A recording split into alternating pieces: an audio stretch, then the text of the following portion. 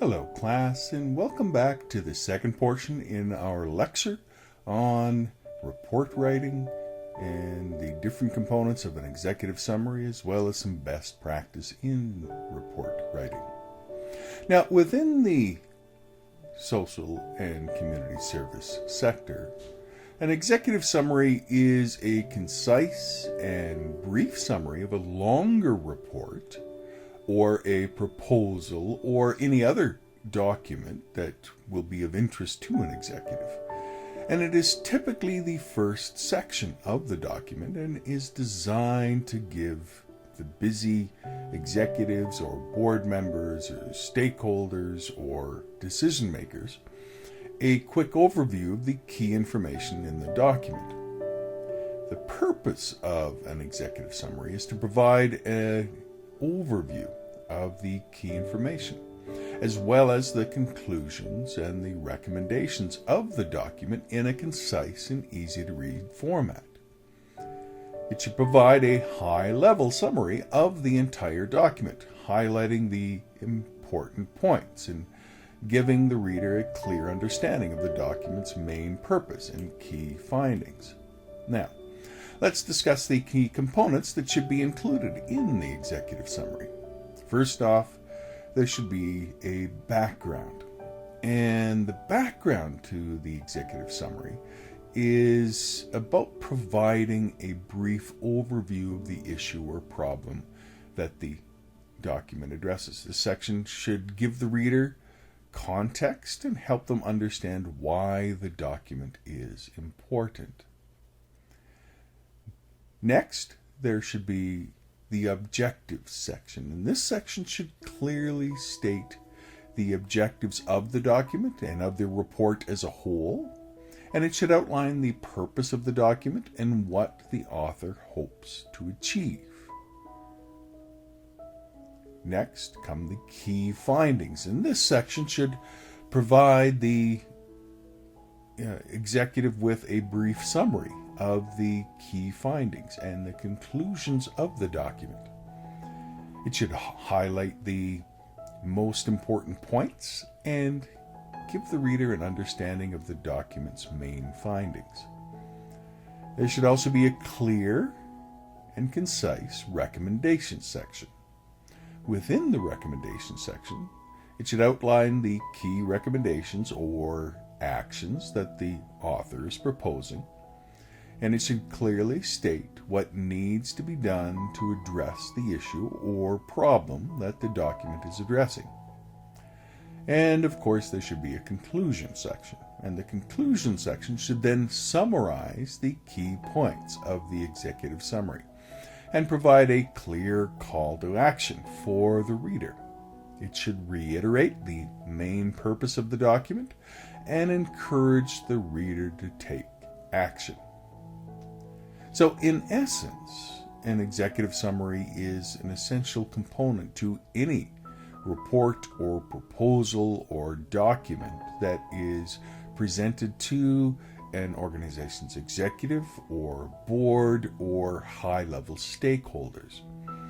And it's designed to be a rough and ready and easy-to-read section of the report that is designed for busy executives or stakeholders or decision makers, and it provides them with a quick overview of the key information in the document. Now, a well-written executive summary should provide a clear and concise summary of the document's main purpose, findings, and recommendations. And by following the key components that we've discussed here, you can create an effective executive summary that should help your document and to stand out and to serve its purpose. Now, I will kind of highlight here that each of these sections, the background section, the objective section, the key finding section, the recommendations, and the conclusions, none of those sections should be more than a couple of paragraphs. You don't want the executive summary. Ideally, it is a page, generally no more than 2 pages. You need to kind of be mindful here that oftentimes a lot of work can go into a report, but the decision makers often will not read the entire report. They will only read the executive summary. So ensure that the key points are still within it as far as the essential meaning of the report. So it takes a lot of work, and it's important to craft it carefully, to edit it mindfully, and to ensure that it is not only uses proper grammar and spelling, but that it is containing the full message of the report within it. Next, we're going to go on and explore just a little bit about the best practices within report writing, because report writing is a crucial aspect of our work, and it requires some careful attention to detail and ensure the accuracy and effectiveness of a report. So I want to kind of make you aware of some best practices in report writing and their importance in the social service setting. Now, firstly, it's essential to understand the purpose of a report. Now, a report is, of course, a formal document that presents information in a clear, concise, and logical manner to facilitate decision making. It should include a summary of the situation, the analysis of the available data, the conclusion, and the recommendations. And the report should be easy to read and understand, and it should be supported by evidence. And one of the best practices in report writing is to keep the report organized and structured. Structure is essential in any document. A well-organized report will help the reader to understand the information presented, and it will make it easier for them to find specific details. Now, to achieve this, the report should be divided into sections with headings, as well as subheadings and bullet points to break up the text and improve the readability. Another best practice is to ensure that the report is objective and free from bias. The report should be based on facts and supported by evidence rather than opinions or assumptions. And this will go a long way to help build credibility and ensure that the recommendations are based on accurate information. A third best practice is the use of plain language and to avoid jargon or technical terms that may be difficult for the reader to understand. And using simple language and avoiding jargon will make the report more accessible to a wider audience and ensure that the information presented is understood by everyone.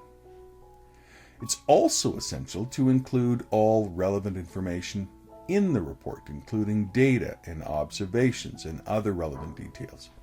And this will ensure that the report is comprehensive and provides the reader with a complete picture of the situation.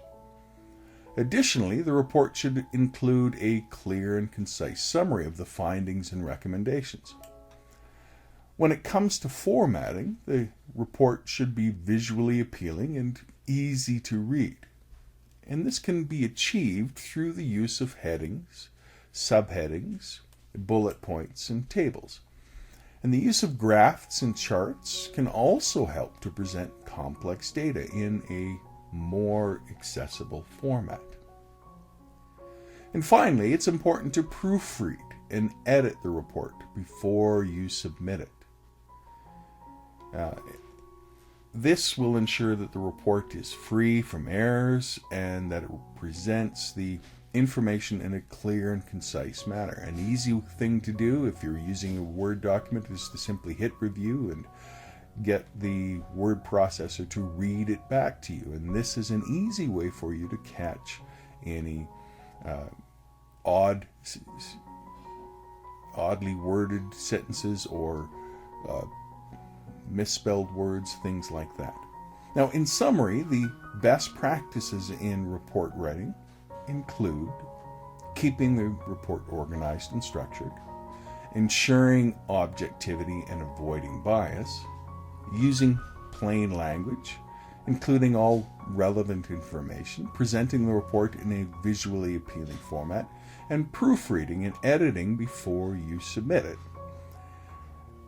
And it's important to kind of always be mindful that it's important when doing research or when writing reports to use these best practices to improve the effectiveness of the report. And remember that report writing is part of the work within social and community service work. It is not an add-on. And so developing your skills in this area will go a long ways to helping you to achieve your success in working with people, in helping to improve their lives, in helping to improve the functioning of the organization and the programs within it. Because it helps to engage people, it helps to facilitate decision makers to improve the outcomes for clients that you serve, and overall is helpful for the functioning of the organization. So, what have we learned within this lesson? Well, we've discussed the importance of report writing and executive summaries and what roles they play within the social service setting. We began by highlighting the 3 themes that would be covered in this lecture: the importance of good report writing, the essential components of a report, and the purpose and components of an executive summary. We shared a story from Canadian history that illustrates the importance of good report writing. And this story focused on how social workers can use report writing to impact change in the community, to help to avoid future suffering of clients. And this story also emphasized the critical role that clear and accurate report writing plays in ensuring that social service organizations can provide effective care and support to their clients. We also explored the essential components of a report, drawing on some examples from peer-reviewed literature. And we've highlighted the importance of using best practices, having structure to our report, proofreading and editing our report, and in so doing, providing the best possible outcomes for our clients. That's it. That's all we have for this week, and I hope you enjoyed this lecture. We will continue on with lesson next week. You take care. Goodbye.